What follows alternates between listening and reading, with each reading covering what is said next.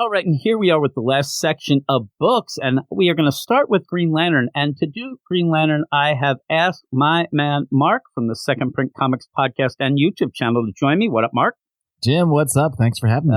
Awesome. I ended up, and I wanted to pick a book that I thought we could have some fun with, and then you ended up stepping up and said, hey, you know, I can step in if you need it. And I was like, oh, yeah, well, you're in then. And I ended up, you actually get one of the better books. So at least you can tell that I am giving you that benefit. I didn't give you something like a Hawk Girl or a Catwoman. That would have been awful.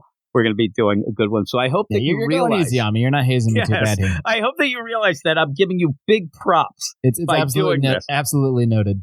Yes, thank you. So we're going to go into this. And just to set the scene here, did you read any of the Night Terrors when that happened? I did not. In fact, what happened to me was I actually, I saw this new Green Lantern coming out there a couple months ago, and I'd read some of Jeremy Adams' Flash, and I like Green Lantern generally. Guy Gardner's my real Green Lantern, to be honest. He's mine as well. I think it was the bowl cut at the time that drew me to it, since I shared the bowl cut at that time in my life.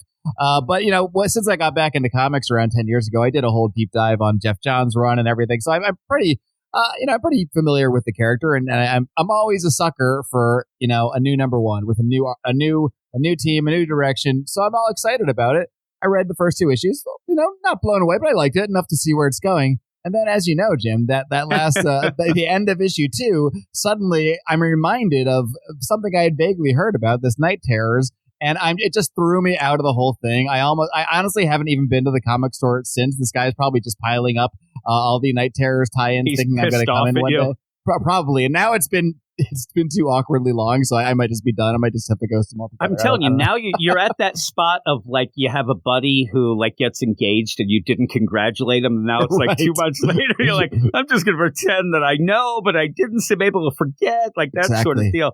Oh, I know that. That gets awkward. Now, I'm glad that you ended up, and I had no idea. I actually just asked you. This was not planned. We don't really plan things here. So I'm glad that you actually said that, because that was my big worry, that people who may have gotten excited about a book, a lot of books, because some of these don't at DC Books. And I think that you even touched on the deal. First off, we haven't really had a classic Hal Jordan Green Lantern book in a while. So having this go, people did jump on. And like you said, it was starting to gain some momentum. It felt, to me, it felt like a little back to the basics deal. Let's reintroduce everybody to Hal, even though people should know him, but let's have some fun Carol deal. Some people had a bit of a problem with the characterization, but I thought it was gaining that momentum, and then you hit Night Terrors. And people who, like you're like, you only want to read that 2 books. You don't want to then read a 40-issue crossover out of nowhere. I didn't even want to read the 2 books. I didn't even want to read. I just wanted nothing to do with it. I wanted to continue the story that was started and not sidetrack it into some so weird you're dreamscape. Even worse. Like you're just done. And that shows me again where I said that Night Terrors, in my mind, was more of a jumping off point than a jumping on point for anybody. And it's going to end up taking away the momentum that the Dawn of DC would have had. And you haven't even been back to the comic store. Like, this is the sort of thing that DC, why can't they tell that was going to happen? It was so ridiculous. Well, they made me too embarrassed to look my comic store guy in the eye. That's what they've done. That guy's to us. Cursing you right now. He doesn't need to curse you. You're a good guy. And now he's just like shaking his fist randomly at the sky, ruining the day that you had to pull this. But here we are. You're back, though. We're back at least here for this issue number 3. I will tell you right now that the Night Terrors, you didn't miss anything. I figured I wouldn't. No, the only thing you did get was one of the few books, if not the only book in Night Terrors, that Hal Jordan, the hero, ended up having nightmares and actually told the nightmares, you're full of shit. I'm big bad Hal Jordan. Screw you. And actually, the nightmares were scared of Hal, and he just kicked ass. That's all it was. That's all you got in it. It was nice enough. That's not worth 2 issues. But at least Jeremy Adams was able to say, like, screw this. I'm just going to show that Hal kicks ass, and we go forward. Now, you see, too, reading this 3rd issue, that they mention Night Terrors in, like, one little aside thing. Like, nothing in this says, oh, my God, I got it. So even there, it's done. I believe it was referred to as that insomnia business. That's the worst. So you end up even with this play of 1 month ago, and I should give you and everybody else the credits, actually. It's Green Lantern number 3, written by Jeremy Adams, art and cover by Xermanico, colors by Romulo Fajardo Jr., letters by Dave Sharp, and editor Paul Kaminsky. So you end up having that play where Hal was trying to figure out the ring. And this whole ring of him making it out of his own willpower, we don't really know what it is about fully. He doesn't know. And he ended up flying up into space like an idiot. I said when we reviewed that issue number 2, like when you don't quite know the charge or power set of a ring, don't fly into space. Don't do it, because he ends up where it runs out of energy. Yeah, why not jump into a volcano while you're at it? I mean, why not? I mean, seriously, just do everything crazy. Yeah, start a fight with Superman. Just do some nonsense. So when he comes down, it is one of those things that I think will drive somebody like Eric Shea nuts. There's a couple things here, because as he's falling down, pretty much it shows you that he might not ever need to charge it. He just has to get more willpower. He has to, dream it so, wish that it has a deal, because as he's free falling down, he ends up like, oh my God, I can do this. And then it does end up lighting up, and he does not, crash. He doesn't die. He's in his suit. He's the Green Lantern. And then he lands. And this is the start of some people I did see getting upset about this issue. I don't mind it. I'm telling you, I'm not a big continuity guy anyway. But one of the things that I hate, especially with a Green Lantern deal, is the idea of seeing our Green Lanterns with a non-powered ring. And we've had lights out so many times, even recently, that, okay, I could go with it. Because he's not going to be able to go to, all this stuff is done. He's on, Earth as his own guy. So I don't mind it. How about you? We're almost getting the opposite of a non-powered ring, because, I mean, what they're showing us here is, as you said, he almost has unlimited power as long as he can will it. And hey, it's Hal Jordan. He can will it, anytime he needs to. So it has the potential to be too powerful, I think, would be my only worry. But it is at least a different story than the very typical Hal is so depowered that, he's got to figure things out in another way. Yeah, I'm with you. And you said, though, you have to put a little reins on it. You just can't have him do every single thing, and then there's no consequences, and it doesn't have a deal. Now, here's the weird play, though, because he then lands and he says, okay, I'm going to take a breather. I'm going to figure out what this ring is all about. And he makes a construct of a gazelle. And then he's like, okay, green construct, check. I guess he went up, and maybe because this is the Earth is spinning under him, because he was in the U.S. when he first went up, but he came down in Africa, I guess. It looks like he's in the plains of Africa. That was a hell of a free fall that he ended up doing. I don't know. Maybe you're right, though. He was up there for a little. The world, keeps on revolving. But he's there. He makes this green construct, and then he ends up turning it pink. And he says, haven't done this in a while. And then he says, my first ring, Abin-Sur ring, could make constructs in various colors. I tried to look this up. I couldn't find it. I couldn't find anything. But what I think this is, again, you've already shown that he can will the power into the ring anyway. I think that maybe he's tapping into some of the other spectrums, which I think might be interesting. But again, how far are you going to take this? What are you going to do with it? Because he does make a pink construct. Again, what do you think? It's not really anything at this point, right? But what do you think of it? Is this supposed to be a retcon then? Could he used to do these multicolored? I didn't think I don't recall. I mean, I wasn't reading Hal since the very beginning, but I don't recall ever seeing that. And I don't either. And I tried to look some things up. Again, I'm not Eric Shea, who read comics most of his life and is a huge Green Lantern fan. Maybe I should have asked him, but I couldn't find anything. So doing that, I started and this is the weird play, especially when before we started, we talked slightly about some of the things and, hey, is this something I should know or whatnot? So when you go into a book like this, and a lot of people just jumping on with that new number 1 didn't read, Dark Crisis, or maybe didn't even read the Infinite Frontier stuff. So a lot of things that pop up, you are kind of confused of, is this something I should know? Is this something we've seen before? But in this, it feels like overall, I don't recall or ever saw this. So I thought maybe that is the play of he is tapping into other, spectrums. He actually is tapping into the things. That might be cool. Though I wish that at a point, maybe because you see a leopard, hanging in the distance. Right? I love the leopard. I know. Maybe you could have had the leopard attack. And if this is what I'm saying, that he can tap into other, the spectrums, that he gets scared and uses the yellow, and then you could almost connect it. Okay, well, that's the yellow like this. I don't know about this whole star like sapphire if the spectrum, if the part of the spectrum he's utilizing is based on something that's occurring, occurring. That could at least put a twist on it, and it would give us a little bit of an idea. Now, here's the thing that made me laugh about this, though, because people did go nuts. Green Lantern rings can only make green only. And I actually had this argument with Eric years ago, because then I asked him, and again, he said there's times that they'll try to play this and not play it, whatnot, but they do make the costume on the characters. You end up where Hal was falling through the air, and he didn't have his Green Lantern costume on, right? So when he does make, there is black and white as well as green there, and that's kind of a construct. That is true. So I argued with him way back, and I thought of that when I saw this, like, is that, like, did you already see this kind of, because we always do, they kind of just play that off, but you do see it. If we're being sciencey here, if you're using white, you got the whole spectrum, right? So I guess this whole time, right, and maybe it's something that you could play that you did have this, but the normal, like, again, this could be something very big, going forward. Like you said, a retcon. Maybe the idea could be played by Jeremy Adams that a regular ring has a failsafe that doesn't allow it.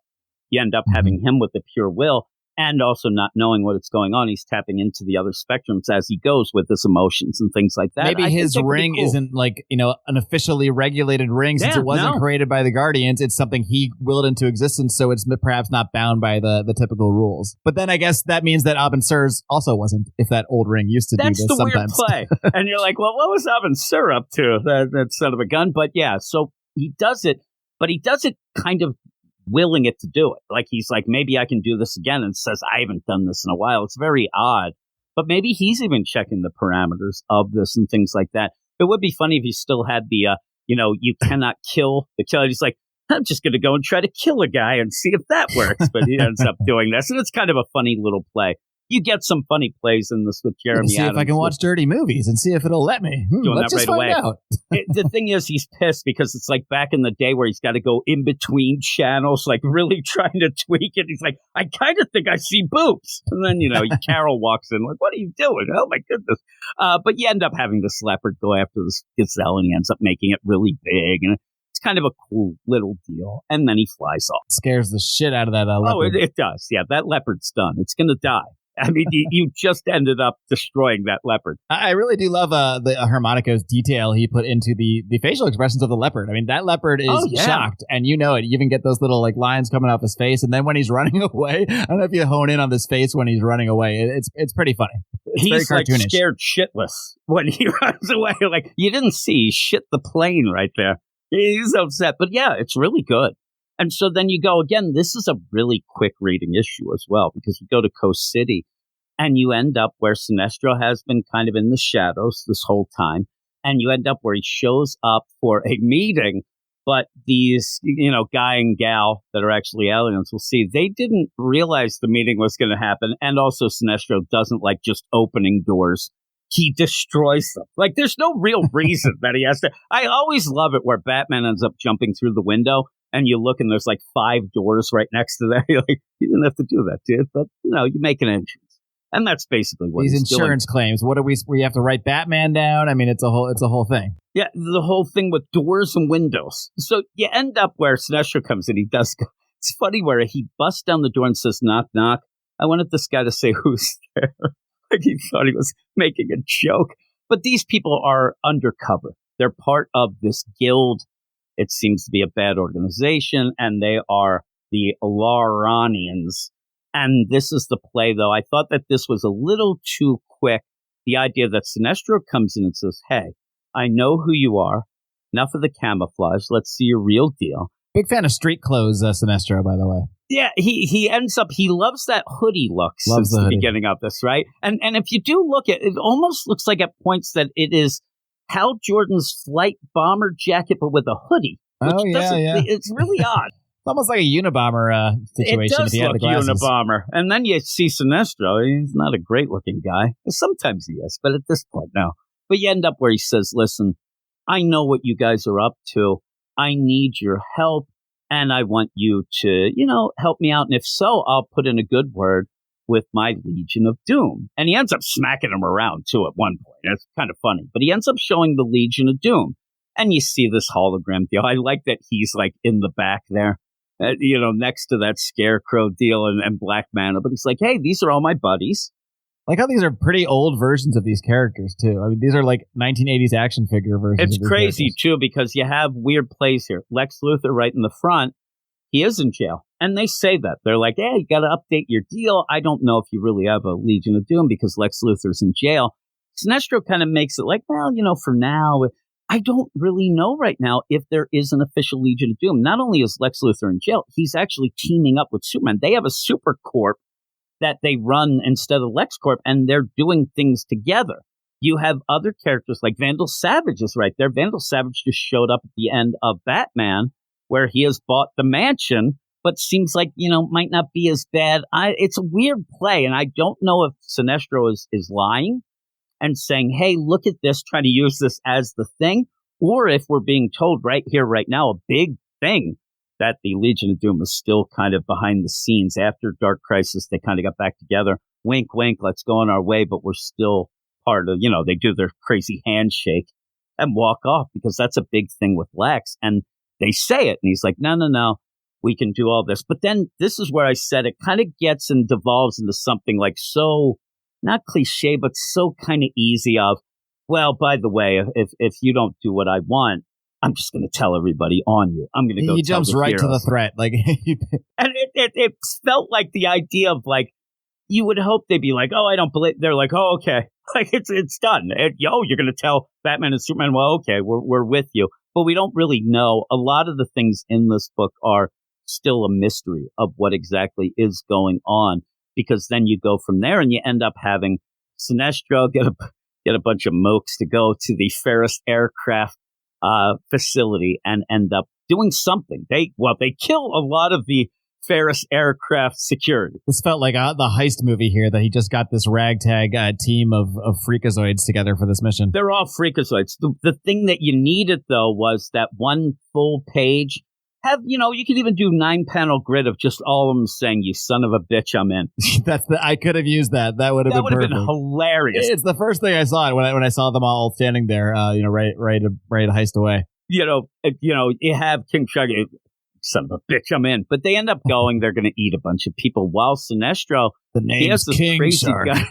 Yes. And I like where at one point, if you would have thought, well, these guys will be okay. No. Yeah, King, he is chomping away at people multiple times. Like, he's a shark. What do you expect him to do? Yeah, exactly. I love where you just see feet coming out of his mouth, and Sinestro's like, yeah, that'll. You put me on a mission with surrounded by if I got to fight a bunch of fried chicken creatures, I might take a few bites too. It's just true. How this thing I would plays lick out. my fingers too afterwards. Is what I'd be doing. So you end up where Sinestro goes in, he busts into Ferris aircraft, and there's a bunch of jets. There's a bunch of things that we know would be there, but he ends up saying perfect. So what does that mean? Because in a little bit, Carol's saying nothing was taken. And she kind of thinks that it is Sinestro, like, hey, I want Hal to know I'm here or whatever. It's a weird play, right? It reminds me again of that Rick and Morty where he gets that whole crew together and then he just needs them to like get the ticket in. It's like, it didn't really seem necessary. Those guys don't even go into the area. It's just Sinestro that goes in and blows some things up. So it doesn't even seem like they were at all necessary. So it seems like he went through all these steps. He went to the Larens, threatened them, flexed about being buddies with the Legion of Doom, got this whole crew together just to blow this shit up, just to maybe get seen and to get Hal's attention. And I have faith in Jerry Adams does have a plan here that we're going to find out what's going on. So I am interested in it. That. It feels that way, yes. You have to have, like, you show up here and say, listen, this is just getting on camera with a lot of extra steps. With a lot of extra steps. And a lot of blood and dead guys. Like the one guy there who is just there working the front gate, that guy is dead because Sinestro needed to get his face on the video camera for some reason. And especially what we'll see at the end of this issue. I mean, he could have just done that instead of this whole thing. There was no real reason. Maybe it's weird. It's weird because in that maybe you're trying to play that idea of, hey, like him at Ferris Air is the I know who you love. and I'm here to do bad things if you don't agree with me. And I might bring King Shark with me, and he might eat some of your friends. And by the way, I got a lot of hungry, crazy, monstrous creatures out there as well, and they're eating it. It is a weird play. But then again, you have Jeremy Adams, who in the Flash book, big on the family aspects of it, big on the deal. So I don't mind this next scene. It just kind of comes out of nowhere. The idea of how Jordan, I will end up a big point of this. And this is where I think Jeremy Adams fully says to everybody, hey, everybody, Night Terrors was bullshit, and I'm not going with any of it. Because at the end, the big play of Night Terrors was everybody was now afraid of the Justice League. They were petrified. They were scared shitless because they had a bad dream. Because they had one night of bad dreams. So that's the play. I don't know that these kids would really want to be playing baseball with Hal Jordan then as the Green Lantern. To me, that would have played out a little different. I think Jeremy Adams like, that's nonsense. So you end up just a random scene where there's Hal. He's playing baseball. The whole play, I love the idea that Hal, he's a great guy. He's not going to buy a baseball or a mitt. He's just going to make constructs. Like, you are cheap, you son of a bitch.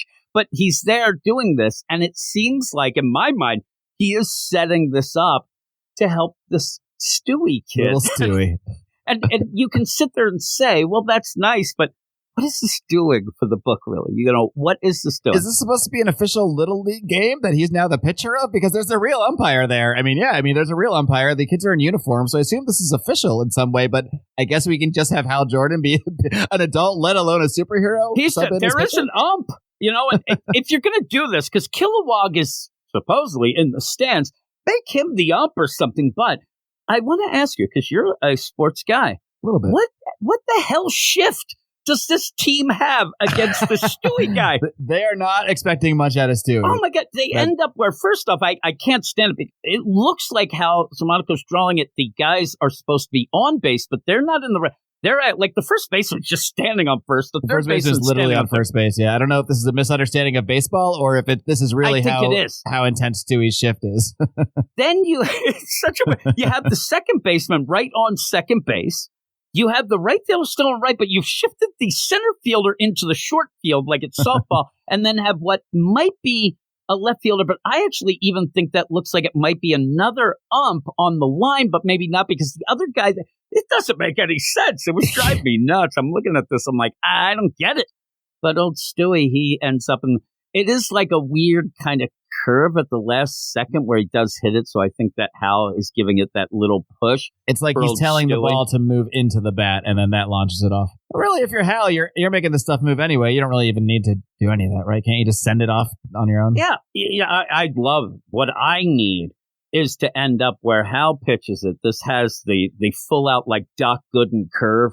And Stewie strikes out, and Hal's like, yes! And he's got his all fired up. He's a try-hard. Old Stewie is done. But no, Stewie hits it. I want to see Hal try to pitch a perfect game on acid like Doc Gooden. That's what I want to see. We'll see all the colors of the spectrum that day. Really, that would be awesome. He's like pitching it like, holy crap, I'm doing it.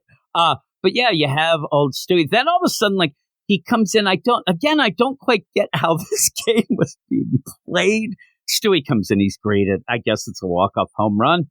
I don't know. Did Hal target, like, did he specifically pick out, like, okay, this kid is, because he doesn't even know to run when he hits the thing. I mean, he's clearly not the brightest bulb. Did he seek out this kid specifically to help? And like, did he is he analyze the team?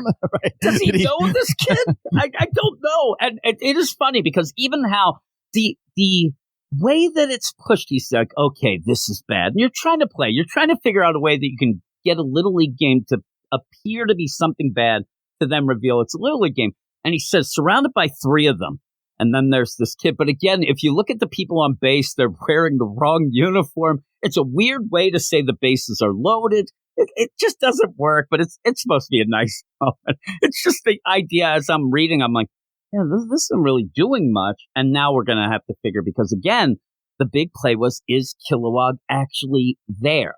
Now, in my mind, is it possible? And this is a weird play. See, Stewie's on his shoulders, though. Stewie's on his shoulders. Everybody, even when you see and Kilowog's like cheering in the background or yelling from the stand, that could be just, Harvey type situation, only Hal's seeing it. Right. But you do have Stewie on his shoulders. So is this a thing? Because we do even hit again that something bad happened to Kilowog. In this, it shifts to Sinestro. Is it possible? The only reason that we showed that you can end up having what ended up being a pink construct, that Kilowog's actually a construct. Oh, that could be the... Almost back to the Parallax deal. And when he was trying to put together Coast City again and trying to make it through constructs, that's why we've had that. We'll find out that Kilowog is there, but he's a construct. Weird, though, right? Yeah, I hadn't made that connection to the pink gazelle and Kilowog, but that is pretty interesting, and that could be an interesting way to sort of hint at that.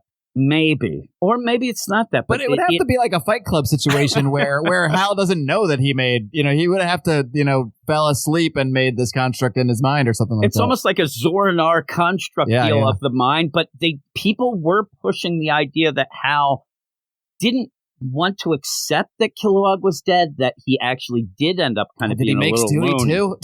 Yeah, and so he made Stewie and also that shift. This whole team, they did the shift. I love it. I love that you have this kid's aluminum bat, and then that turned green. Like if we find out that Stewie just completely did miss it. He made a construct bat and hit it, but you end up having it launch up. But that's Stewie. Stewie's life from now on is downhill. He's never going to do anything better in my mind. No. This was the peak. It's Stewie. Kid's like 8.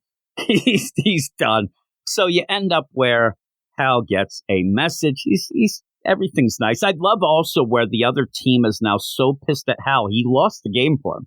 He's the losing pitcher. They're like, why did we get this old dude to be the pitcher? That guy the other sucks. Team's got to be pissed off. Yeah. I mean, they're probably all psyched. Pizza. Yeah, we'll let a hero pitch for us. Why not? Sure.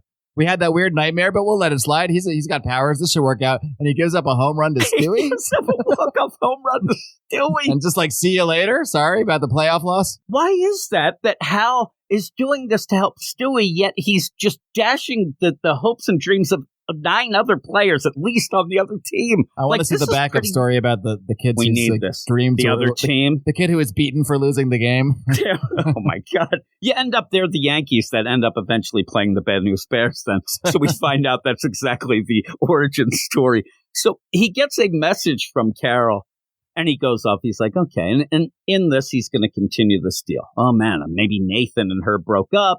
She wants to talk to me. It's just like, let's talk and go to dinner. Let's talk this. And in the meantime, she was supposed to be getting this contract from the Pentagon. So when he shows up, she says, hey, we need to speak. And then she says, I'm still with Nathan. Nathan's actually at the Pentagon, and they're going to get this contract. But the big play is, hey, Hal, asshole. This is why Carol said it originally, like, I can't have you around. People have now died because of Hal being around. And Sinestro wanted to get his attention, as far as we know, because they end up showing the video deal of Sinestro. Hal sees it. Oh, my God, he's here. I'm sorry. What was stolen? She says nothing. There was nothing stolen. I think that he just wants to make sure he's there. He just went all through that to get on that camera. All through that. I mean, the guy, he likes intricate plans, but then when it comes down to it, he also likes just busting doors open. So part of me hopes there is actually nothing more to it. I think that would also almost be funnier. That would be great. I also, again, I want to see that continuing story of the baseball team. I also want to see the continuing story. We got like 3 spin-offs coming out of this thing. The spin-off of the makeshift team that now is sitting around waiting for that next opportunity for Sinestro to do a bullshit plan. All right, what's that next, boss? Yeah, really. He's like, well, I am hungry. I want to get some, fast food. So can you go burn down the place, eat 3 people, and then just grab me a Big Mac and come and give it to me, because he's nonsense. This is one of the things, though, that is intriguing, because Hal goes off to a bar, as you would. It looks like it's more of a coffee shop, but I'm saying it's a bar. And he ends up where he's like, okay, let me think of this. And he thinks at this play of what happened on Corrigar. And everybody thought that what he was saying and through this whole play is that he might have killed Kilowog. But it looks like here that maybe Sinestro did, and Hal looks like he's trying to stop him in this deal where... Is that Hal, the third one? I don't know. It looks like white-haired Hal. Yeah, that's what was confusing to me, because definitely Sinestro and Kilowog, and then there's somebody with white-looking hair reaching towards Sinestro. So I guess that's just... I normally like Xermanico's heart, but Xermanico's heart. That's weird, and it's kind of the play, and in that you have them what looks to be Kilowog and whatever old Whitey Herzog over here. And it might be that Hal's watching the scene from the point of view, and he's still not stopping it. But even it looks like they're all Yellow Lanterns with Sinestro, which is crazy. But in this play where the Green Lantern Corps has been taken by the Federation of Planets deal, you might have that people are like, oh, screw it, we'll do this. They're bad, whatever. We don't know. But the play here looks like Sinestro might have done something to Kilowog. Right as he's thinking this, Sinestro struts in with that jacket. It does look kind of funny at that point when he's next to Hal indoors like that, but he ends up saying, with the hoodie still up. It's funny, too. He's like, I believe you've been looking for me. And he's like, no, actually, I just found out really you were around like 5 minutes ago. I think you might be looking for me. I saw that security video, but I was kind of just trying to get a drink. So like you said earlier, that whole heist, it didn't matter. He could have just went here and found Hal. It's not like this led to Hal them wanting a coffee. It seems like, in my mind, like I said, I've got to drive Hal to the brink where he just needs to go to the diner because that's the only place I can confront him. Only the stress of King Shark eating 3 security guards will cause that reaction. I thought there might be some play in the menu deal. I kind of went and looked at that, and I'm like, I don't know. Nobody's zoom in on the. I thought there was going to be like some funny burgers or something like that, but. Why isn't anybody there either? He's the only one there. Sinestro I was thinking that too. It's an oddly empty diner, including staff. Yeah, and I'm also looking at what are these pictures around. Now you got my wheels turned. Now I'm thinking, is the diner a construct? I'm thinking Hal's just gone full like Scarlet Witch here and just created an entire world for himself. It's just an entire deal. I'm looking. I do believe I might be wrong, but from what I've seen, I think that the picture right above Hal that might be Xermanico himself. That might be a self-portrait there. What is this whale thing? There are some interesting photos or paintings up there, I guess. There's like just a man and a woman, but then there's a weird whale thing that's multicolored. And then maybe a shark shoe. of some kind. Or is that a shoe or a shark? I don't know. I didn't know what it was. Xermanico's having fun up there, I'll tell you that. Oh, yeah, he's doing his definitely thing. is. And it's cool. And I like this. Now, we do have a backup. It's the Phillip Kennedy Johnson backup with John Stewart that's going to lead into next week's what is it? The John Stewart book, the Green Lantern. I can't remember. War Journal. War Journal. What it is. And so you have that. And I had not liked the backup up until now, and I knew I should have told you right away. These are mind benders that it's tough for somebody to just jump in and know what's going on. But what you really get in this is what looked like it was a story in the future. It looks like it's in the multiverse, and that kind of sets up what we'll go forward with. And the idea, again, where Hal, he's antsy. John Stewart's a guy who has to be doing something as well. So you play that up. But you've been doing that the whole time. I'm not a big fan of Montos' art in this. It is a horror type art. That's kind of a horror story with the Revenant Queen. I haven't been that interested in it. I'm going to kind of just say we're going to skip that a bit and see how War Journal is next week. Is it a rule that only artists with one name can work on Green Lantern books? Is that an editorial decree right now? That's what it is. That it's from now on. I'm going to have to just go by Werner. That's what I'll go. It's not as cool as Montos or No, you got to have a cool sort of Latin flair to it, I think, for it to work. Shit pants is what I'm going to go with, I think. But it's like shite pants. Something that doesn't work either. I'm not getting any of these jobs. Plus, you know what? I can't draw for shit. Not with those names, you're not now. But drawing is secondary, but yeah. I didn't end up, going further in my career because I had bad names that I came up with. But by the end of the actual issue, I thought it was good. I think it continues that feel of the first 2 issues. It's not anything that I think is great yet, but I do trust Jeremy Adams from the Flash stuff. I do think that he is slowly giving us some things. But right now, I mean, what is going on? I mean, is Hal just going to haul off? Are they going to fight? Because if they do, they're destroying this poor diner. Or is this a play where Sinestro, I thought all along Sinestro was going to come back to Hal and say, this Federation deal, they're sus, we have to stop and we have to do this, what's going on? But I don't know, because this issue fully puts Sinestro as really bad. So we'll have to see how it plays out. What would you give it? Since I'm, we usually do on second print art and writing, but since I'm in the second print, since I'm in the Weird Science house, I'm going to try to do it Jim style and just kind of gut feel this thing. Fling it out there. Yeah, I mean, I've been feeling like you with this, where it has the potential to be good. There's been nothing that I didn't like, nothing that had totally blown me away, but I'm enjoying the direction, and Jeremy Adams has dropped enough interesting little tidbits that may or may not go somewhere. For example, King Shark and the whole heist, if that'll go somewhere or not. But like I said, I almost think it's funnier if it doesn't. But I guess we'll see. But I read Jeremy Adams. I'm almost done reading his flash run back on the DC app, and similarly, that was a really fun run. That in the beginning, I didn't quite know what was going on. He puts a lot of things out there, and you don't exactly know what's happening, but he keeps it fun, keeps it interesting, and I ended up pretty much enjoying that run. So I'm kind of just giving the same faith to this one. That it's been pretty fun so far. It's a very much a back to the basics. It's a back to the basics while at the same time introducing this entirely new ring with potentially new construct type powers, or maybe that's an old power that's now a new power.